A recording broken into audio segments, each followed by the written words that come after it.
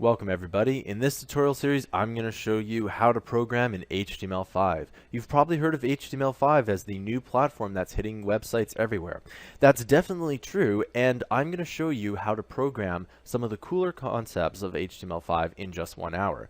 So we're going to learn about how to embed video, we're going to learn how to embed audio, we're going to learn about vector graphics, and much more. And the best part is that there is as much information as I can possibly jam into 1 hour as I possibly can.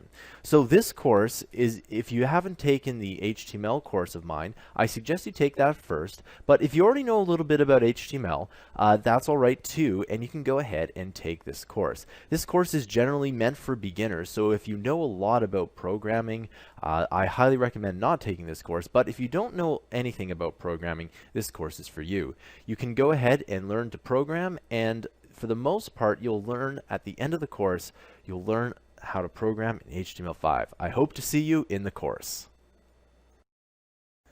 Welcome everybody. Alright, so before we get started with the actual course, there's a few things we need. The first thing you need is an internet connection.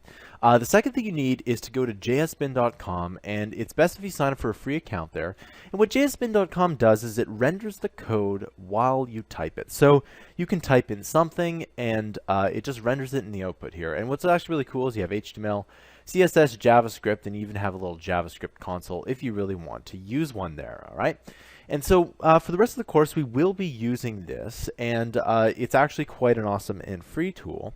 The other thing that you'll definitely need for this course is you'll definitely need Google Chrome, and there's several reasons why. The first and main reason why you need Google Chrome is because HTML5 runs the best in Google Chrome. The reason why it runs the best in Google Chrome is that Chrome has the best support for HTML5, unlike the other browsers like Internet Explorer or Firefox, Safari, Opera, etc.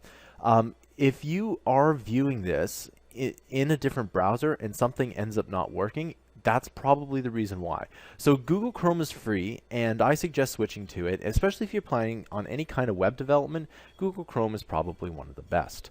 Alright, and the last thing I'll talk about is the format of the course. After polling my user base, the general consensus was that shorter tutorials are actually a lot better than the longer tutorials. And a lot of the short tutorials I have are just a small bit of information combined into a short tutorial. And when you come back to this course, 6 months later, you can go ahead and search for that topic within the title. And if you search for that topic within the title, then you can go and find out that bit of information. Alright, so I'd suggest downloading Google Chrome, go to jsbin.com, and let's start the course. I'll see you guys in the next tutorial.